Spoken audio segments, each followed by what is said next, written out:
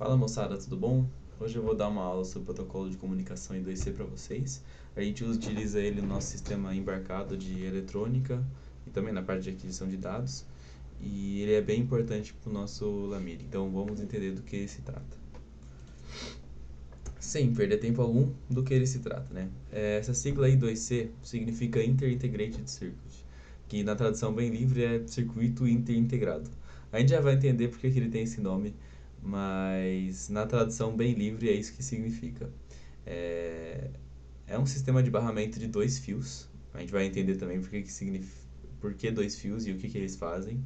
E é uma tecnologia que facilita a comunicação entre dois ou mais componentes. A gente vai ver o jeito exato que ele faz isso também. Ele tem um jeito conhecido, mas também específico de funcionar, no que diz respeito ao controle e recebimento, transmissão desses dados. E só uma curiosidade, ele foi desenvolvido pela Philips, que hoje em dia faz parte do grupo NXP Semiconductors. Ele foi absorvido por esse grupo aí. Então, eu queria começar por algumas das funcionalidades que tornam útil e vantajoso esse tipo de tecnologia. Voltando aí no tipo de comunicação e como é feito esse controle, principal vantagem dessa tecnologia é a comunicação mestre-escravo. Então você tem, usualmente, né, um dispositivo controlando todos os outros e ele tem um controle bem específico, rigoroso do que os outros fazem. Mas ele não está limitado só a isso. Você pode ter mais de um dispositivo controlando os outros. Eles utilizam essa denominação mestre-escravo porque um controla e os outros recebem e fazem o que o mestre manda, né? Mas também não é só restrito a isso. Como eu disse, o multimestre tem mais de um e você pode ficar alternando entre quem controla o sistema em dado momento. Outros detalhes, a transferência de dados, né? São transmitidos em pacotes de 8 bits. Então, essa velocidade, essa quantidade é um fato bem interessante.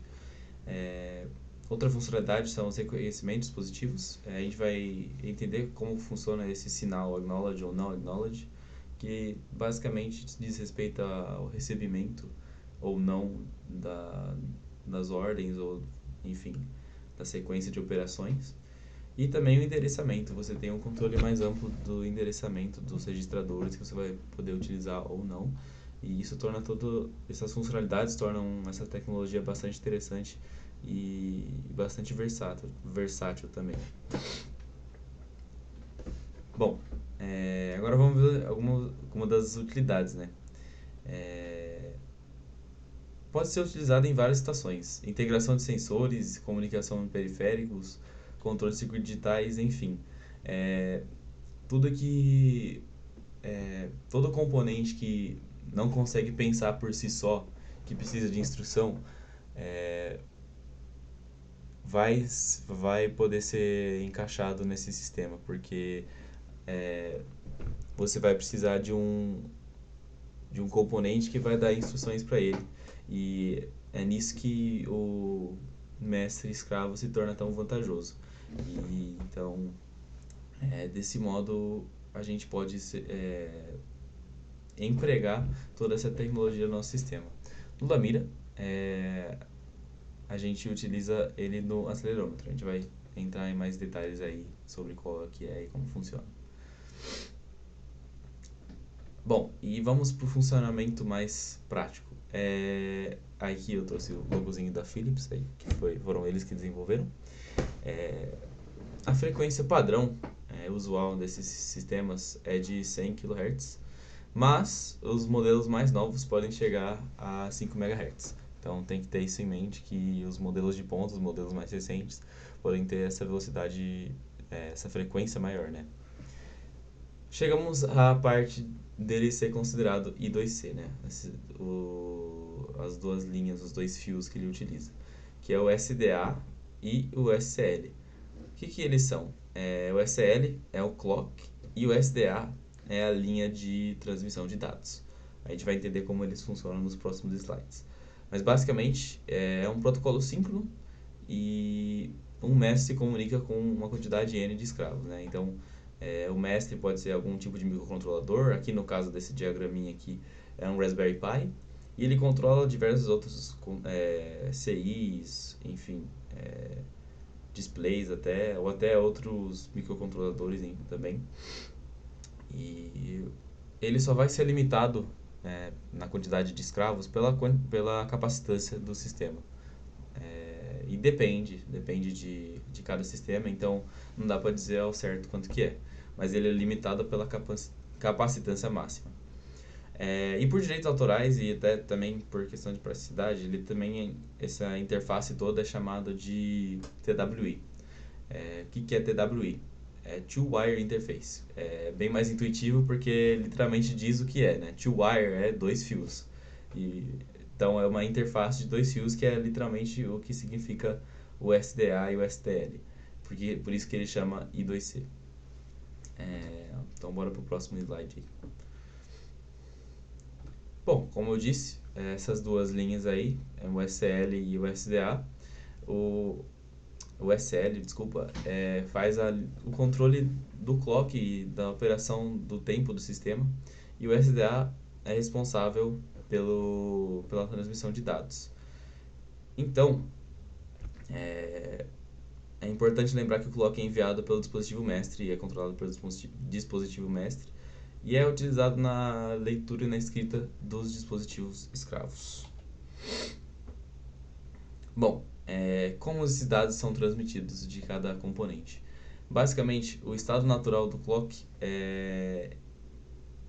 possui um nível lógico alto, como você pode observar aqui, e toda vez que existe uma transição de alto para baixo em nível alto de clock e essa transição ocorre no SDA, um procedimento de transmissão de dados se inicia. E aí, como que funciona nesse meio termo aqui? Você pode mudar o nível lógico de cada dado enquanto o SDA estiver em nível, enquanto o clock estiver em nível baixo. Então ele pode mudar de 0 para 1 enquanto estiver em nível baixo. E aí, esses dados vão ser validados quando o clock estiver em nível alto. Então, o dado que tiver presente nessa parte, ou 0 ou 1, vai ser validado quando o clock estiver em nível alto. E aí, enquanto esse processo se repetir, quando ele estiver baixo, ele vai trocar, quando estiver alto, ele vai validar, quando estiver baixo, vai trocar, e assim até a condição stop acontecer, que é o clock está em condição alto e houver essa transição do nível lógico baixo para o alto, enquanto esse clock estiver em nível alto. Então, é assim que ele sabe que a mensagem terminou, né? Quando a troca de nível lógico do SDA ocorre fora do período esperado, que é quando o clock está em nível baixo. E aí ele sabe quando é para parar a transmissão. Então, só mais uma coisa para se lembrar nesse estágio,